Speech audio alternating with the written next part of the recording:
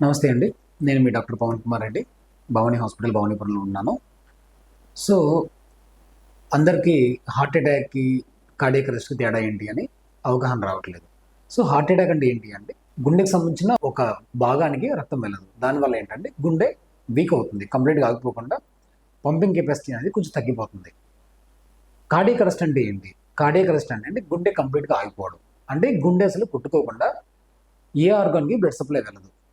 So, cardiac arrest అంటే గుండె కంప్లీట్‌గా ఆగిపోతుంది. హార్ట్ అటాక్ అంటే గుండె ఒక భాగం వరకే మనం కొట్టుకోకుండా ఆగిపోతుంది. దానివల్ల గుండె వీక్ అవుతుంది కానీ పంపింగ్ కెపాసిటీ అంతా బాగానే ఉంటుంది.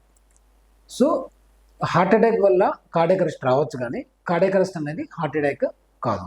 సో, 2 డిఫరెన్స్ ఉన్నాయన్నమాట. సో, కార్డియాక్ అరెస్ట్‌కి మనకి చాలా కారణాలు ఉంటాయి. అంటే గుండె ఆగిపోవడం చాలా కారణాలు ఉంటాయి. దాంట్లో ఏంటంటే వన్ ఆఫ్ ద కారణం ఏంటంటే హార్ట్ అటాక్. అది కాకుండా మనకి గుండె వేగం కొట్టుకుని ఆగిపోవచ్చు. గుండె హార్ట్ మజిల్ పెరిగినా ఆగిపోవచ్చు. సో, కార్డియాక్ అరెస్ట్‌కి బోలెడు కారణాలు ఉంటాయి గానీ, దాంట్లో వన్ ఆఫ్ ద రీజన్ ఏంటి అంటే హార్ట్ అటాక్ అంతే.